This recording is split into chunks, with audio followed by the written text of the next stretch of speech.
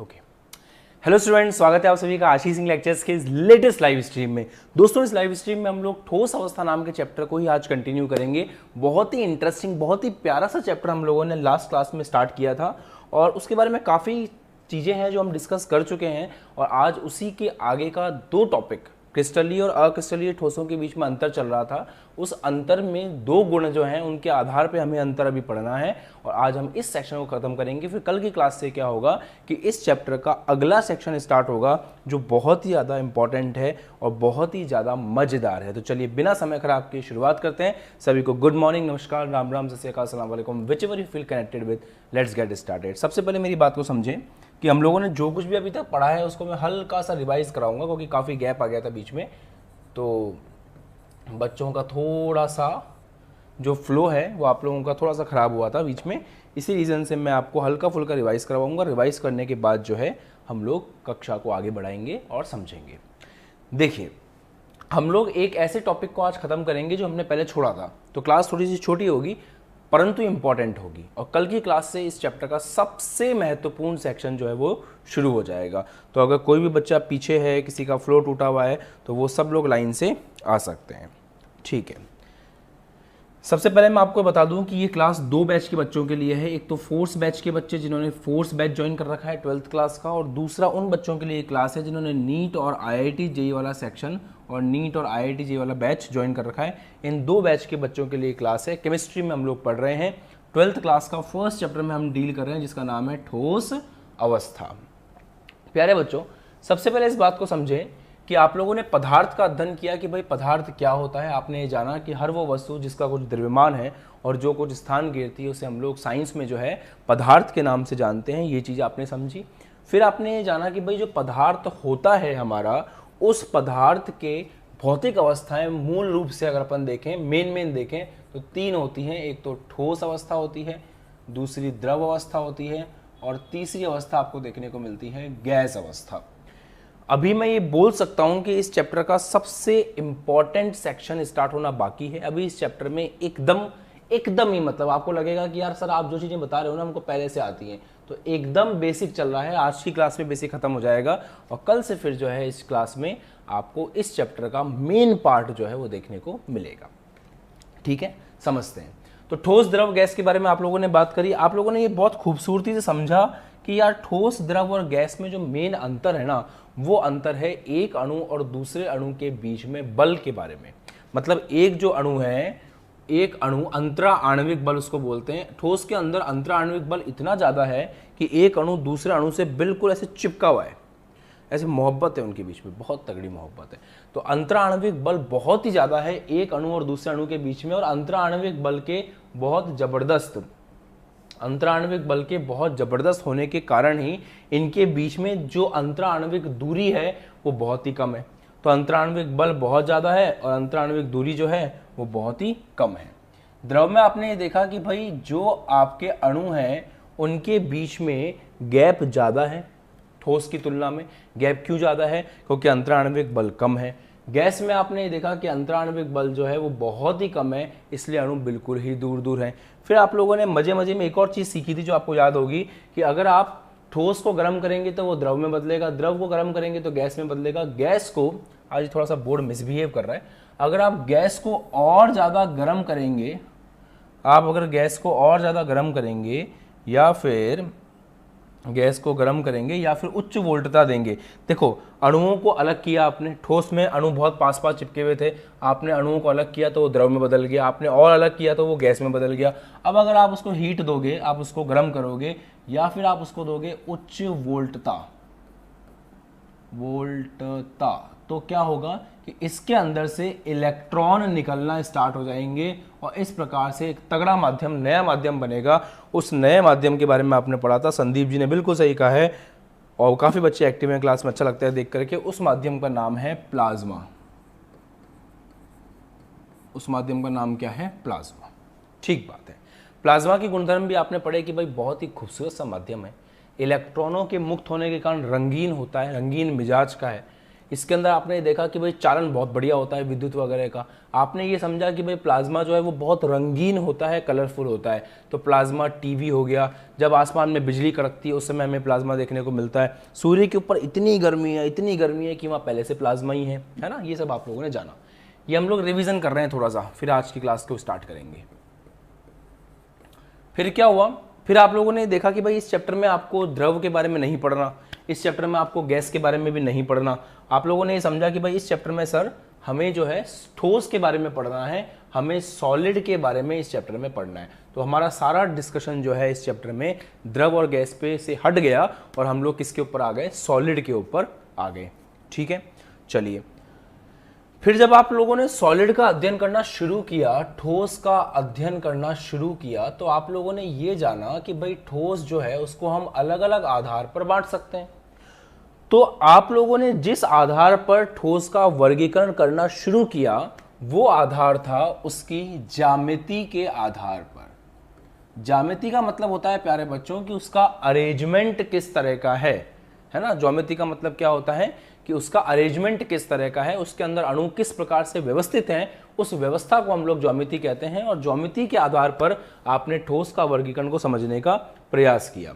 जब आप ठोस के आधार पर इनका वर्गीकरण पढ़ रहे थे तो आपने ये जाना, ज्यामिति के आधार पर इनका वर्गीकरण पढ़ रहे थे तो आपने ये जाना कि भाई दो प्रकार से हम ठोस को वर्गीकृत कर सकते हैं। पहला प्रकार है ज्यामिति के आधार पर क्रिस्टलीय ठोस। भाई जो भी आपने पढ़ा है मेरा फर्ज बनता है कि पहले मैं उसको रिवाइज करवा लूँ और उसी टॉपिक के आगे का खत्म करके इसको एंड करूँ, वही चीज़ मैं कर रहा हूँ। ठीक है, क्रिस्टलीय ठोस के बारे में आपने पढ़ा, फिर आपने पढ़ा अक्रिस्टलीय ठोस के बारे में। और बस अब तो आपका फ्लो वापस से बन ही गया है, तो आप लोग अब जो भूल भाल भी गए हो अगर किसी रीज़न से, तो वो सारी चीज़ें आपको समझ में ऑटोमेटिकली आ जाएंगी बिना किसी परेशानी के। तो मस्त रहिए और सुनते रहिए। देखो बात यह है, क्रिस्टलीय और अक्रिस्टलीय ठोसों के बारे में जब आपने पढ़ना शुरू किया तो सबसे पहले आपने गुणों के बारे में ध्यान दिया। गुण में सबसे पहला गुण यही था जो मैंने ऊपर लिखा हुआ है, ज्यामिति। देखो आप लोगों को ये बात समझ में आ गई थी कि जो क्रिस्टलीय ठोस होते हैं उनकी निश्चित ज्यामिति होती है। निश्चित ज्यामिति का मतलब क्या है, एक अरेंजमेंट होता है फिक्स। जैसे फॉर एग्जांपल अगर मैं आपको सोडियम क्लोराइड के अरेंजमेंट को रिवाइज करवाऊं जो मैंने आपको लास्ट क्लास में बताया था, तो सोडियम क्लोराइड का अरेंजमेंट सभी बच्चों को यहाँ पे ध्यान होना चाहिए कि भाई इस प्रकार का अरेंजमेंट था Na+, Cl-, Na+, Cl-, Cl-, Na+, Cl-, Na+। ये एक व्यवस्था है, इस व्यवस्था को समझने की कोशिश करेंगे और अभी आपको एक ही बार में जब मैं समझाऊंगा तो ये व्यवस्था समझ में आ जाएगी। देखो मेरा उद्देश्य पढ़ाने का ये नहीं है कि आप लोग फटाफट अपना कोर्स करो और यहाँ से निकलो, मैं ये नहीं चाहता। मैं ये चाहता हूँ कि आप जो भी चीज़ पढ़ रहे हो वो आपके दिमाग में परमानेंट स्टोर रहे और परमानेंट हमेशा के लिए आपको वो याद रहे। मेरा मन इस तरह चलता है, क्योंकि देखो बात ये है, आप इतना सा पढ़ रहे हो और उतना भी अगर आपको याद नहीं है तो फिर पढ़ना बेकार है ना। तो हम लोग जो चीज़ें करते हैं वो क्लास में इस तरह से करते हैं कि एक बच्चा, जैसे अभी मान लो क्लास में 600 से ऊपर बच्चे देख रहे हैं, तो मेरा टारगेट ये होता है कि एक बच्चा जो देख रहा है उसको समझ में आए, एक बच्चा रिवाइज करे और एक बच्चा मेरे साथ कनेक्टेड फील करे। क्योंकि मैं नहीं जानता हूँ कि आप एवरेज स्टूडेंट हैं या फिर आप चीज़ों को बहुत ज़्यादा पढ़ करके आए हैं या फिर आप बहुत बेसिक चाहते हैं, इसलिए मैं तीनों ही लेवल को कवर करता हुआ चलता हूँ। तो उम्मीद करता हूँ कि आपको ये पैटर्न पसंद आता है और आप मेरे साथ जुड़े रहते हैं। ठीक है, चलिए अब NaCl के पैटर्न को ध्यान से देखें वापस से अपन एक बार। तो NaCl में यह है कि भाई गौर फरमा के चेक करोगे तो हर Na+ के चारों तरफ आपको Cl मिलेगा। व्यवस्था ही तो समझनी है कि भाई किस प्रकार की व्यवस्था है। तो यहाँ पे व्यवस्था कुछ इस प्रकार की है कि हर Na+ के चारों तरफ आप चेक करेंगे तो आपको Cl मिलेगा, हर Na के चारों तरफ आपको Cl मिलेगा। और अगर इसी प्रकार आप इस व्यवस्था को चेक कर लें तो आप देखेंगे कि हर Cl के चारों तरफ आपको Na मिलेगा। तो NaCl की व्यवस्था कुछ इस प्रकार की होती है कि हर Na+ के चारों तरफ Cl होता है, हर Cl के चारों तरफ Na+ होता है। इसको बोलते हैं अपन एक निश्चित ज्यामिति, मतलब पैटर्न फिक्स है। जो उनके बनने का, उनके निर्माण का जो पैटर्न है वो पैटर्न फिक्स है, उनका निर्माण एक फिक्स पैटर्न से हो रहा है। इसी को कहा जाता है प्यारे बच्चों निश्चित ज्यामिति, निश्चित ज्यामिति। और अगर यहीं पे अपन कुछ इस तरह का बनाए जिसके अंदर कोई पैटर्न ही नहीं है और आप कहीं भी किसी भी तरह से चीज़ों को रख रहे हो, तो ये आप देखो कोई भी कहीं भी अरेंजमेंट कहीं भी है तो उसको हम कहेंगे कि भाई ये जो है ना, इसमें कोई निश्चित ज्योमेट्री नहीं है, कोई भी अणु का मन जहाँ पे है वो उसी जगह पे व्यवस्थित हो गया है और कोई भी गधे घोड़े बराबर है, यहाँ पे कोई वो वाली बात नहीं है। इसके लिए मैंने आपको एग्जाम्पल भी दिया था लास्ट क्लास में, अगर आपको याद हो, कि जैसे सुबह सुबह असेंबली होती है ना, तो जब सुबह सुबह असेंबली होती है तो आपने ये बात नोट की होगी कि जब मॉर्निंग में असेंबली होती है तो 9th क्लास के बच्चे एक लाइन में खड़े होते हैं, फिर 10th के एक लाइन में खड़े होते हैं, 12th के एक लाइन में खड़े होते हैं, ऐसे एक लाइन में बच्चे खड़े होते हैं। तो वो है आपकी निश्चित ज्योमेट्री, क्रिस्टलीय ठोस। और यही चीज़ आपने ऑब्जर्व भी की होगी कि जब लंच होता है, दिन में रेसेस होता है, लंच होता है, लंच के अंदर क्या होता है, लंच के अंदर कोई भी कहीं भी बैठ के खाना खा रहा है, भसड़ मची होती है पूरे ग्राउंड के अंदर। तो वो जो स्थिति है वो ये वाली है। अब इस स्थिति में आप देखें तो आप ये बोल नहीं सकते हैं कि भाई यहाँ पे कोई क्रम है, आप बोल नहीं सकते हैं कि यहाँ की व्यवस्था निश्चित है, तो इसे हम कहते हैं अनिश्चित ज्योमेट्री और ये रिप्रेजेंट करता है आपके अक्रिस्टलीय ठोस को। एक एक एग्जांपल दे देता हूँ मैं। रबड़ की व्यवस्था कुछ इस तरह की होती है। रबड़ सुना होगा आपने, रबड़ है ना, टायर, सिंपल टायर के अंदर रबर ही होता है। तो जो रबर है वो अपने आप में क्या है, अक्रिस्टलीय ठोस है और उसके अंदर इस प्रकार से अणुओं की व्यवस्था आपको देखने को मिलती है। इस व्यवस्था को हम नाम देते हैं अनिश्चित ज्यामिति। ठीक है, चलिए, तो ज्योमेट्री वाला पॉइंट आपको मैंने समझा दिया था लास्ट क्लास में, अभी आज मैंने आपको वापस से रिवाइज करवा दिया। दूसरा पॉइंट आप लोगों ने देखा था विदलन। विदलन का मतलब क्या होता है, काटना। अगर आप क्रिस्टलीय ठोस को किसी धारदार हथियार से काटते हो, रिवीजन करवा रहा हूं, अगर क्रिस्टलीय ठोस को किसी धारदार हथियार से काटा जाए, तो अगर क्रिस्टलीय ठोस को किसी धारदार हथियार से काटोगे तो वो एकदम पनीर की तरह कटेगा, मस्त एकदम चिकना। तो अगर आप इसको काटते हो तो आपको सपाट, प्लेन और चिकनी मतलब स्मूथ सतह प्राप्त होती है। ये तो करेगा पनीर की तरह। और जब अक्रिस्टलीय ठोस को काटोगे तो वो खुरदरी सतह के साथ में कटेगा, मजा नहीं आएगा, बेकार से एकदम, है ना। ठीक है, तो ये दूसरी चीज आपने देखी। तीसरी चीज आपने देखी गलनांक और क्वथनांक। देखो होता क्या है, जितने भी क्रिस्टलीय ठोस है ना, वो सारों की एक बहुत बड़ी खासियत होती है, एक निश्चित तापमान के ऊपर ये अपनी अवस्था में परिवर्तन करते हैं। जैसे फॉर एग्जाम्पल दे रहा हूं मैं आपको, मैं उस चीज पे कोट नहीं कर रहा। मान लीजिए एक क्रिस्टलीय ठोस है, वो क्रिस्टलीय ठोस जो है 25 डिग्री सेंटीग्रेड के ऊपर गलता है। मान लो उसका गलनांक जो है, गलनांक का मतलब क्या होता है कि जब भी कोई ठोस किसी द्रव में बदलता है तो वो तापमान जिसके ऊपर आप ठोस को द्रव में बदल सकते हो उसको गलनांक कहते हैं। ठीक है, और जब अपन किसी द्रव को गैस में बदलते हैं तो उस तापमान को हम लोग क्वथनांक के नाम से जानते हैं। तो मान लीजिए क्रिस्टलीय ठोस है और उसका क्वथनांक जो है, उसका जो गलनांक है वो 25 डिग्री सेंटीग्रेड है। तो जैसे ही तापमान 25 डिग्री सेंटीग्रेड होगा वैसे ही आपका क्रिस्टलीय ठोस गलना शुरू कर देगा एक निश्चित और अभिलाक्षणिक। अभिलाक्षणिक का मतलब होता है हर एक क्रिस्टलीय ठोस का अपना खुद का गलनांक और क्वथनांक होता है। जैसे मैं ये बोल सकता हूं कि भाई आप लोगों का अभिलाक्षणिक गुणधर्म अलग अलग हो सकते हैं और सबके अपने अपने कुछ ना कुछ अभिलाक्षणिक गुणधर्म होते हैं। अभिलाक्षणिक गुणधर्म का मतलब पर्सनलाइज्ड, जो पर्टिकुलर उसके पास है। जैसे मेरा अभिलाक्षणिक गुणधर्म यह है कि मैं फिजिक्स केमिस्ट्री दोनों पढ़ा सकता हूँ, ये मेरा एक अपने आप में एक गुण है। तो ऐसे हर किसी का अपना एक अभिलाक्षणिक गुण होता है ना। तो बिल्कुल वैसे ही जो आपका क्रिस्टलीय ठोस है उसमें ये देखा गया है कि उनका एक निश्चित मतलब फिक्स, कि भाई हाँ ये एक तापमान है, इस तापमान के ऊपर ही ये गलेंगे और इसी तापमान के ऊपर ही उबलेंगे। मान लीजिए 150 डिग्री सेंटीग्रेड उसका क्वथनांक है, तो 150 डिग्री सेंटीग्रेड जैसे ही होगा वो उबलना शुरू कर देगा। आप बता सकते हो कि हाँ एक तापमान है। तो निश्चित है तथा अभिलाक्षणिक है। अभिलाक्षणिक का मतलब हर किसी का अपना अपना अलग अलग क्वथनांक और गलनांक आपको देखने को मिलेगा और उसको आप कॉपी में नोट करके रख सकते हैं कि किस क्रिस्टलीय ठोस का क्या गलनांक है और किस क्रिस्टलीय ठोस का क्या क्वथनांक है। तो निश्चित और अभिलाक्षणिक आप चाहे तो कमेंट सेक्शन में भी लिखें। यहाँ पे अक्रिस्टलीय ठोस में ऐसा नहीं है। आप कभी टायर को जला के देखना, जब आप टायर को जलाते हो तो टायर जलता होता है तो उसमें 3-4 चीजें अपने को दिखाई देती हैं।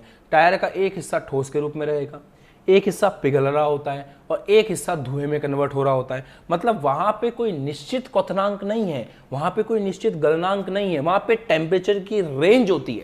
वहां पे टेम्परेचर की रेंज होती है। रेंज समझते हो? जैसे मैं आपको बोलूं कि भाई तेरे नंबर कितना है, तो आपने बताया कि भाई मेरे नंबर आए हैं 83, तो आपने एक फिक्स वैल्यू बताई, उसको बोलते हैं अभिलाक्षणिक और निश्चित। मैंने कहा तेरे कितने नंबर आ जाएंगे यार एग्जाम में, तो आप बोलोगे सर मेरे 80 से 90 के बीच में आ सकते हैं। तो जो आपने 80 से 90 के बीच में बताया है ना, वो एक्चुअल में आपने मुझे रेंज बताई है, परास बताया है। तो यहाँ पे क्या होता है, अक्रिस्टलीय ठोस में क्वथनांक और गलनांक की एक परास होती है, उस परास में ये धीरे धीरे धीरे धीरे नरम पड़ते हैं। ये तो क्या होता है, एक निश्चित तापमान के ऊपर, अभिलाक्षणिक तापमान के ऊपर उबल जाते हैं या पिघल जाते हैं। ये जो है, ये एक तापमान के परास में, ये एक तापमान की रेंज में धीरे धीरे जो है नरम पड़ते हैं। ये इनकी खासियत है, समझ रहे हो, है ना, ये इनकी खासियत है। बढ़िया। फिर आप लोगों ने नेक्स्ट पॉइंट डिस्कस किया था अणु व्यवस्था। अणु व्यवस्था में आप लोगों ने ये समझा था कि यार देखो, जो क्रिस्टलीय ठोस है ना आपके, उन क्रिस्टलीय ठोसों की एक बहुत बड़ी खासियत और भी होती है। देखो, जब आप मकान बनाते हो, कारीगर मकान बनाता है, तो वो क्या करता है, ईंट के ऊपर ईंट के ऊपर ईंट को एक निश्चित क्रम में व्यवस्थित करता हुआ चलता है ना। ऐसा तो है नहीं कि एक ईंट उसने ऐसे लगा दी, दूसरी ईंट फिर ऐसे लगाएगा, ऐसा तो करता नहीं है वो क्या करता है, ईंट के ऊपर ईंट को एक निश्चित क्रम में जोड़ता हुआ चलता है। और जब ईंट के ऊपर ईंट एक निश्चित क्रम में जुड़ती है तो एक लंबी सी दीवार खड़ी होती है। और आपको पता है, जब 150 मंजिलों की इमारतें खड़ी होती हैं तो वहाँ पे ये बात तो तय है कि एक निश्चित क्रम चलता है। और अगर वही कारीगर, नौसिखिया कारीगर हो, एक ईंट को ऐसे लगा दे, फिर दूसरी ईंट को ऐसे लगा दे, तीसरी ईंट को ऐसे लगा दे, तो इस प्रकार से जो व्यवस्था वो बनाएगा, वो व्यवस्था लंबी तो नहीं चल पाएगी, वो व्यवस्था बहुत थोड़ी सी दूरी पे जाकर के आपकी दीवार जो है वो गिर जाएगी। वही पॉइंट है प्यारे बच्चों, क्योंकि ऐसा देखा गया है और ऐसा हमने समझा है कि क्रिस्टलीय ठोस के अंदर जो ज्योमेट्री है वो एकदम फिक्स होती है, एक निश्चित ज्योमेट्री होती है, इसलिए इसके अंदर अणुओं की जो व्यवस्था है वो भी बहुत लंबी चलती है, एक के बाद एक। आप देखो ना, ये NaCl का जो पैटर्न है ये फिक्स है कि हर Na के चारों तरफ आपको Cl मिलेगा और हर Cl के चारों तरफ आपको Na मिलेगा। तो ये जो व्यवस्था है ये बहुत लंबी चलेगी। तो जो व्यवस्था लंबी चलती है उसको हम बोलते हैं दीर्घ परासी व्यवस्था। परास मतलब रेंज, लंबी व्यवस्था चल सकती है। तो यहां पे आप बोल सकते हैं कि दीर्घ परासी व्यवस्था होती है, दीर्घ परासी व्यवस्था। और ये आप बोल सकते हो कि भाई अक्रिस्टलीय ठोस के अंदर बसड़ है, वहाँ पे कोई निश्चित क्रम तो है नहीं, गधे घोड़े एक समान है वहाँ तो वहाँ पे जो व्यवस्था है वो बहुत कम चलती है, वहाँ अणुओं की इतनी बड़ी व्यवस्था नहीं होती। तो हम बोल सकते हैं कि लघु परासी व्यवस्था है। ठीक है बच्चों, यहाँ तक बताओ, मजा आया एकदम। अब आज की क्लास को हम लोग टेक्निकली अब स्टार्ट करने जा रहे हैं, क्योंकि अब हम लोग अगले 2 पॉइंट के बारे में बात करेंगे जो लास्ट क्लास में डिस्कस नहीं किए थे हमने। अब हम डिस्कस करने जा रहे हैं क्रिस्टलीय और अक्रिस्टलीय ठोस के लिए शीतलन वक्र। हो सकता है एक आध पॉइंट मेरे से मिस हो गया हो, तो आप देख लेना लास्ट क्लास में मैंने क्या पढ़ाया था, रिवीजन में हो सकता है मैंने खास चीजें आपको रिवाइज करवा दी हैं सारी। अब आपको अपना पूरा फोकस मेरी तरफ कर देना है, क्योंकि अब मैं आपको पढ़ाने जा रहा हूं शीतलन वक्र, कूलिंग कर्व बोलते हैं इसको, कूलिंग कर्व बोलते हैं। हम कूलिंग कर्व देखेंगे किसके लिए, क्रिस्टलीय ठोस के लिए और अक्रिस्टलीय ठोस के लिए। समझ में लिखने के लिए तो एक ही लाइन होगी, एक लाइन में खत्म हो जाएगा, बट जब समझोगे तो मजा बहुत आएगा, इसलिए ध्यान दीजिएगा।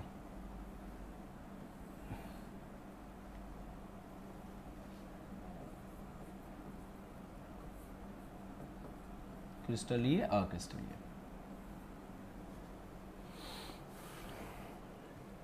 सभी बच्चे गौर फरमाएंगे, है ना, सब बच्चे अपना फोकस मेरी तरफ कर देंगे और जो बात मैं बताने जा रहा हूं उसको ध्यान से सुनेंगे। प्यारे बच्चों, आपको एक मस्त बात बताता हूं। आप एक छोटा सा एक्सपेरिमेंट हम लोगों ने 9th क्लास में किया था।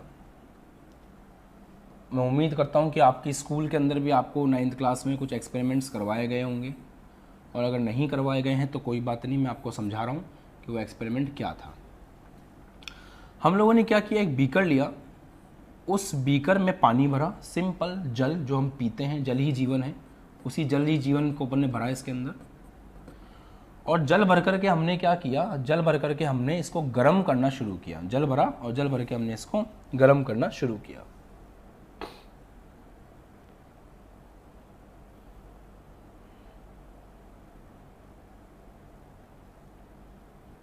वैसे हमारे पास सारी व्यवस्था है, तो हम एक मिनट दे लो। तो हमने क्या किया, इसको गर्म करना शुरू किया।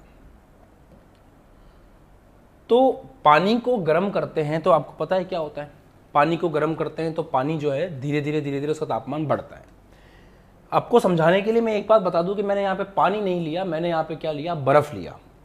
मैंने यहाँ पे पानी नहीं लिया और पानी की जगह मैंने क्या लिया, बर्फ़ लिया। तो बर्फ़ के टुकड़े मैंने ले लिए यहाँ पे, और बर्फ़ के टुकड़े लेके मैंने उसको जो है गर्म करना शुरू किया। तो मैंने पानी नहीं लिया, मैंने बर्फ़ लिया। मैंने एक साथ में एक और काम किया कि यहाँ पर एक थर्मामीटर लगा दिया। थर्मामीटर का काम क्या होता है? थर्मामीटर का काम होता है तापमान को चेक करना कि भाई वहाँ पे टेम्परेचर कितना है। ठीक है, ध्यान दीजिए। आप बहुत इंटरेस्टिंग चीज़ समझाऊंगा आपको, मज़ा आ जाएगा सुन करके। बर्फ़ में जब हमने थर्मामीटर को लगाया, अभी ये मान लेते हैं कि भाई हमने जो लैंप है उसको बंद कर रखा है। ठीक है, लैंप को हमने बंद कर रखा है, अभी लैंप चालू नहीं है। बर्फ़ में जब हमने थर्मामीटर को लगाया तो बर्फ़ का जो तापमान निकल कर के आया वो निकल के आया -10 डिग्री सेंटीग्रेड।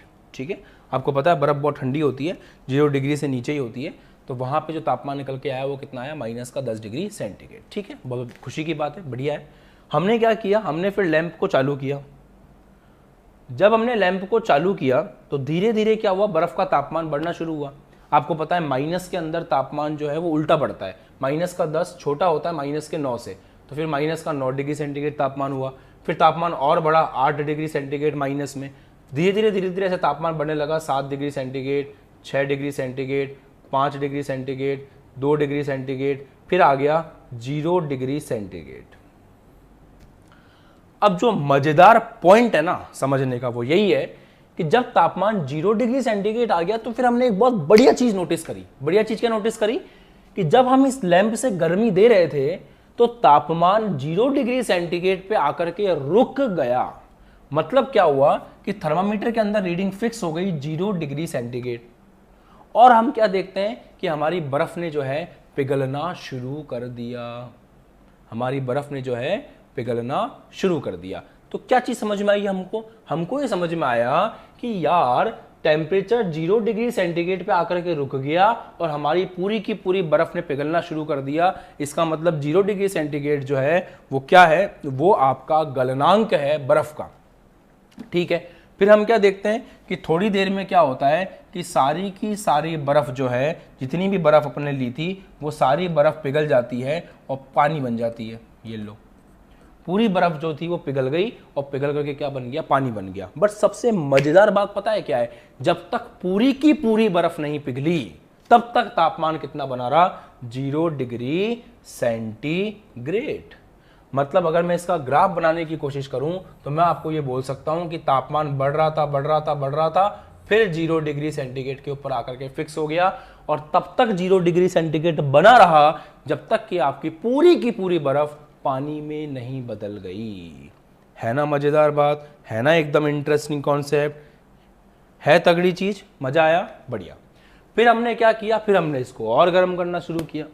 जब हम इसको और गर्म करते रहे तो जब सारी की सारी बर्फ पानी में बदल गई ना, उसके बाद तापमान ने फिर से बढ़ना शुरू कर दिया और तापमान 0 डिग्री सेंटीग्रेड से 10 डिग्री सेंटीग्रेड हुआ, 20 डिग्री सेंटीग्रेड हुआ, 30 डिग्री सेंटीग्रेड हुआ, 50 हुआ, 70 हुआ, 80 हुआ, 90 हुआ, फिर बारी आई 100 डिग्री सेंटीग्रेड की।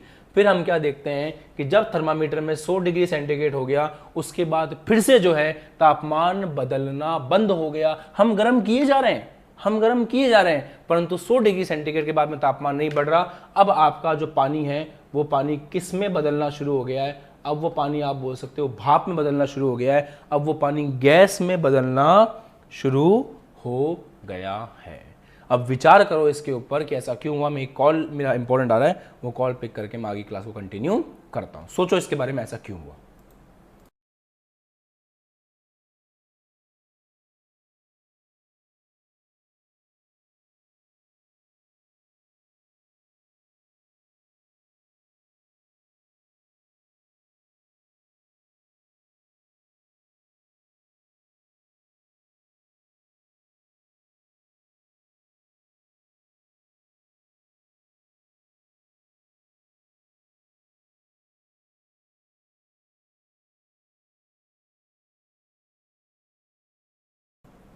हाँ जी, विचार किया आपने, बहुत सिंपल सा लॉजिक है, देखो बहुत सिंपल सा लॉजिक है।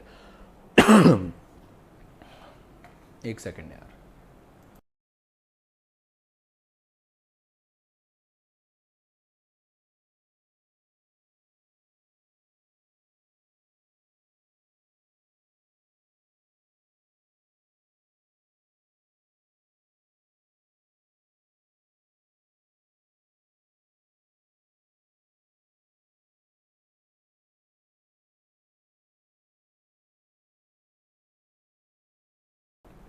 हाँ जी, okay okay okay, sorry for the disturbance, एक इंपॉर्टेंट कॉल आ गया था। हाँ, तो देखिए बात समझिए कि तापमान पहले क्यों बढ़ रहा था। तापमान पहले इसलिए बढ़ रहा था क्योंकि जो भी आप ऊष्मा दे रहे थे ना, जो भी आप ऊष्मा दे रहे थे, वो ऊष्मा तापमान बढ़ाने में काम आ रही थी।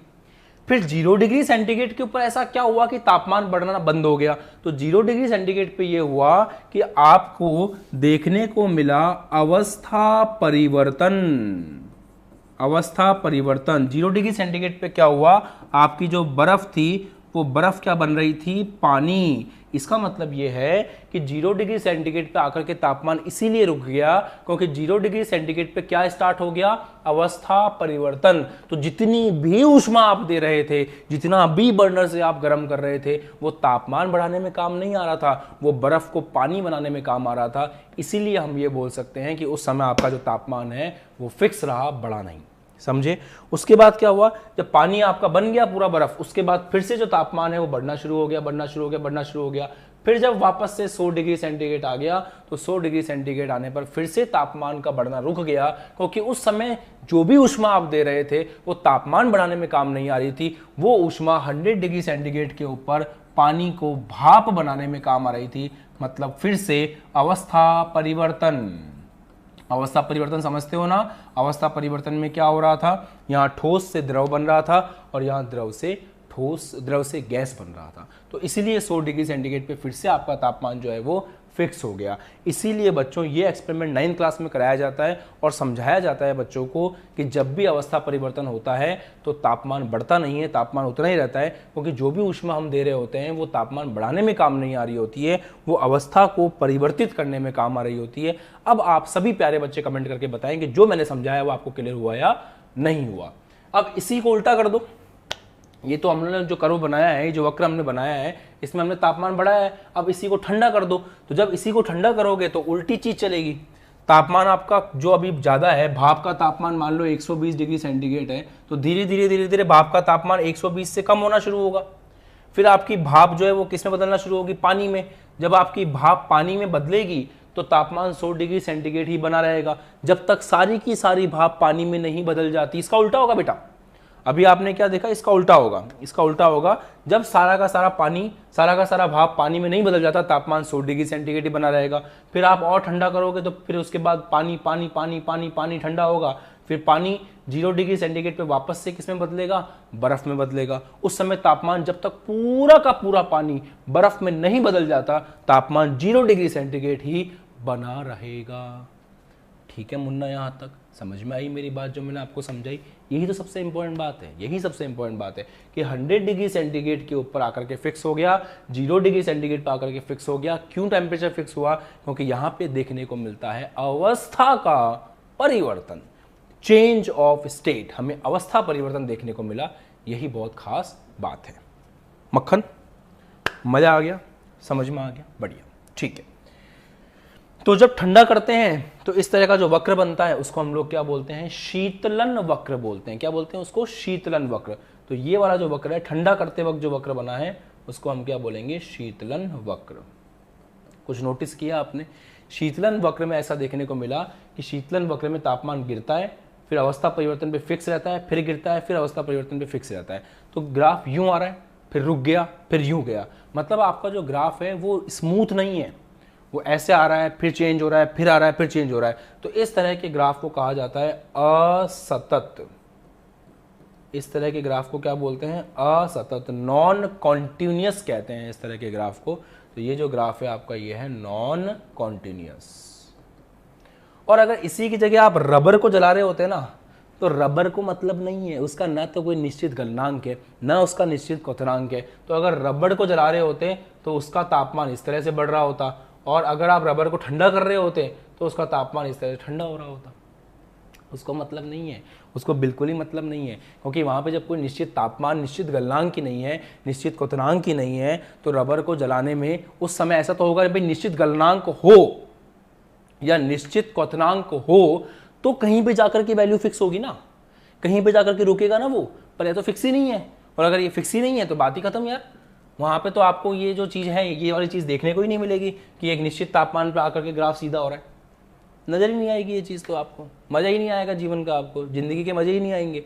इसका मतलब वहाँ पे ग्राफ एकदम ऐसा आएगा स्मूथ। तो इसलिए हम कहते हैं कि जो आप अक्रिस्टलीय ठोस के लिए ग्राफ बनाओगे वो ग्राफ कैसा रहेगा, सतत रहेगा, एकदम स्मूथ रहेगा। तो जब इसी बात को अपन यहाँ लिखते हैं कि जब क्रिस्टलीय ठोस के लिए ग्राफ बनाया जाता है तो वो ग्राफ आता है असतत। असतत कैसे? आप एक सैंपल ग्राफ यहाँ पे बना के दिखाएं उन लोगों को, ऐसी भी क्या बात है, ऐसे आएगा, फिर यूँ फिक्स होगा, फिर ऐसे होगा, फिर फिक्स हो जाएगा। और जहाँ ये फिक्स हो रहा है ना, वहाँ पे एक्चुअल में क्या हो रहा है, मैं छोटा सा लिख रहा हूँ, जहाँ पे वैल्यू फिक्स हो रही है वहाँ पे हो रहा है अवस्था परिवर्तन।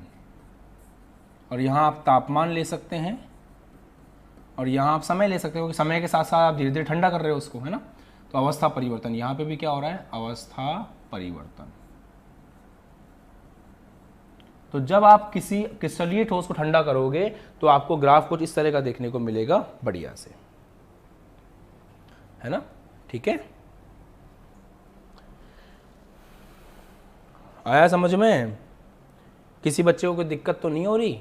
और मैं थोड़ा सा धीरे पढ़ा रहा हूँ अभी इसलिए क्योंकि मैं बेसिक की बात कर रहा हूँ। जब एक बार बेसिक हो जाएंगे तो फिर अपनी स्पीड शूं हो जाएगी। तो थोड़ा सा रुको, बेसिक सीखो अच्छे से, कमी मत रखो किसी चीज़ में यार। पढ़ रहे हो तो पढ़ाई को एंजॉय करो। असतत और अक्रिस्टलीय ठोस का जो ग्राफ है वो ग्राफ कैसा देखने को मिलेगा आपको, सतत देखने को मिलेगा। उस ग्राफ में ऐसी कोई बात नहीं होती है, बिल्कुल सिंपल चलेगा ऐसे। क्लियर? यही तापमान समय है, आप लिख सकते हैं चाहें तो। जब वहाँ पे कोई निश्चित गलनांक, निश्चित क्वथनांक ही नहीं है तो ग्राफ फिर इस तरह का बनेगा। तो इस ग्राफ को समझने के लिए जो मोटी मोटी बात आपको पता होनी चाहिए थी वो बात इतनी सी थी बस, कि ये बात आप समझ जाएं इस एग्जाम्पल से कि जब भी अवस्था परिवर्तन होता है तो अवस्था परिवर्तन के ऊपर तापमान नियत रहता है, क्योंकि उस समय हम जो भी तापमान दे रहे होते हैं वो तापमान अवस्था को परिवर्तन में काम आ रहा होता है। जो भी ऊष्मा दे रहे होते हैं, सॉरी, जो भी हम ऊष्मा दे रहे होते हैं या ले रहे होते हैं वो तापमान बदलने में काम नहीं आती, वो अवस्था बदलने में काम आती है। इसलिए जब भी अवस्था परिवर्तन आपको देखने को मिलेगा आप ये देखेंगे कि तापमान फिक्स रहेगा। तो ये 9th क्लास में एक्सपेरिमेंट बच्चों के लिए आता है ताकि वहीं पे इस चीज़ को सीख जाए। ठीक है, आगे बढ़ें। बहुत अच्छे।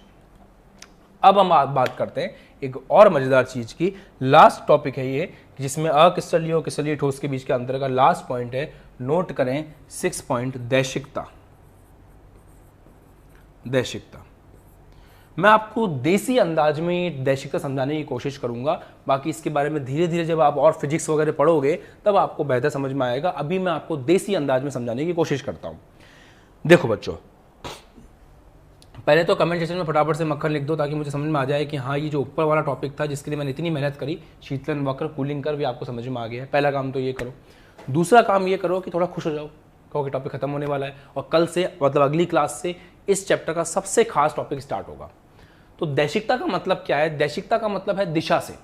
देखो क्या होता है, कुछ ऐसे गुणधर्म होते हैं जो दिशाओं पर निर्भर करते हैं।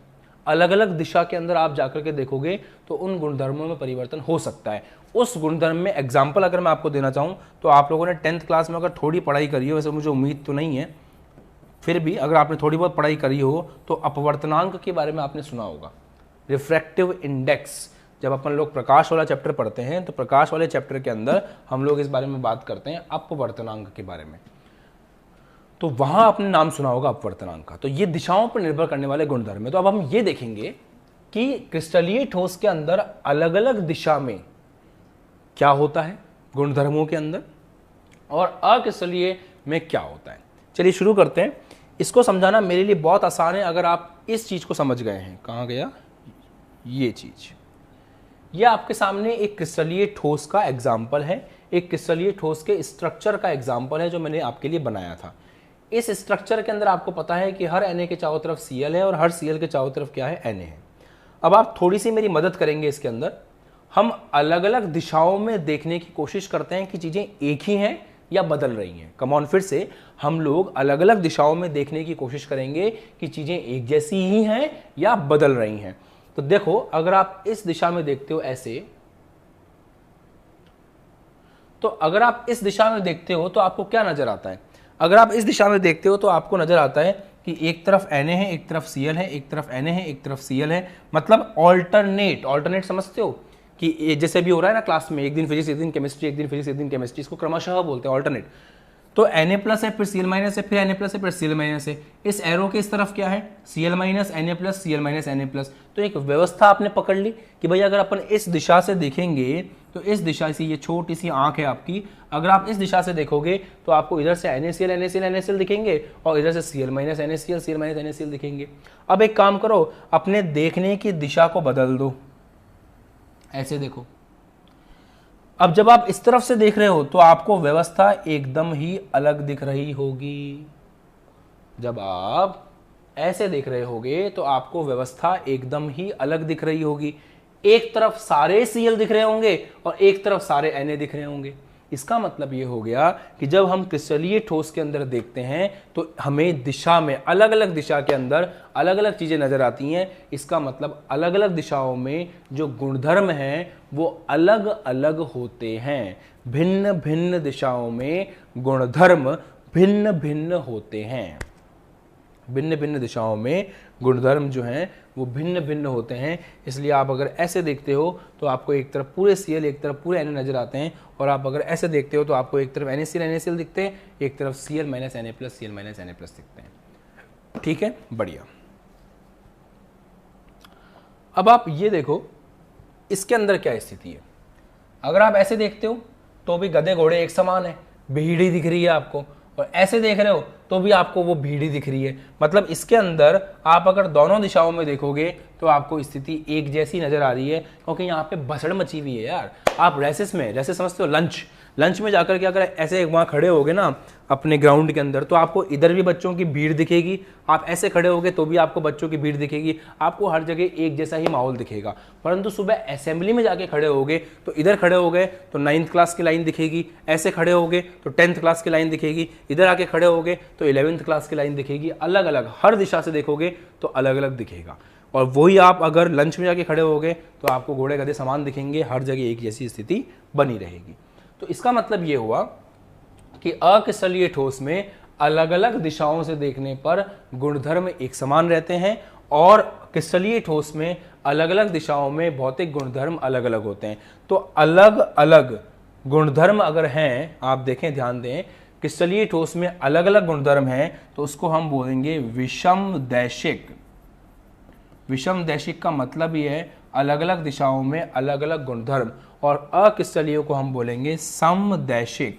तो समदैशिक का मतलब है कि किसी भी दिशा से देख लो, दैशिक मतलब दिशा, सम मतलब एक समान, किसी भी दिशा में देख लो भौतिक गुणधर्म एक समान है। अब ये बताइए कि यहाँ तक की कहानी क्लियर हो गई है क्या आपको, और क्रिस्टलीय और अक्रिस्टलीय ठोस आपको क्लियर है या किसी प्रकार का कोई आपको डाउट है? जो भी चीज़ें हैं आप कमेंट करके फटाफट से बताइए, जल्दी से कमेंट करिए और कमेंट करके बताइए कि हाँ सर हमें एकदम बढ़िया समझ में आ गया है, कोई दिक्कत नहीं है, हम समझ गए हैं कि क्रिस्टलीय ठोस अक्रिस्टलीय ठोस क्या है। दैशिकता की परिभाषा मैं आपको बता देता हूँ।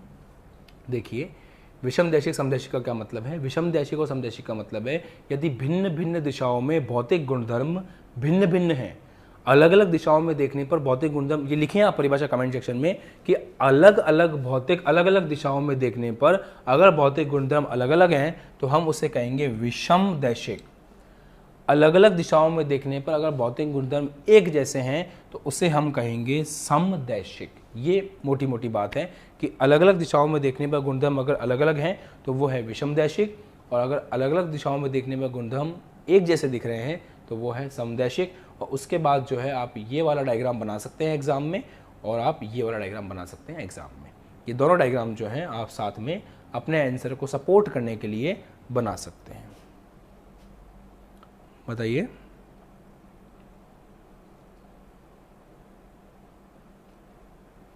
ये नए बैच के बच्चों के लिए क्लास चल रही है, इसलिए वापस से सब कुछ पढ़ाया जा रहा है ना।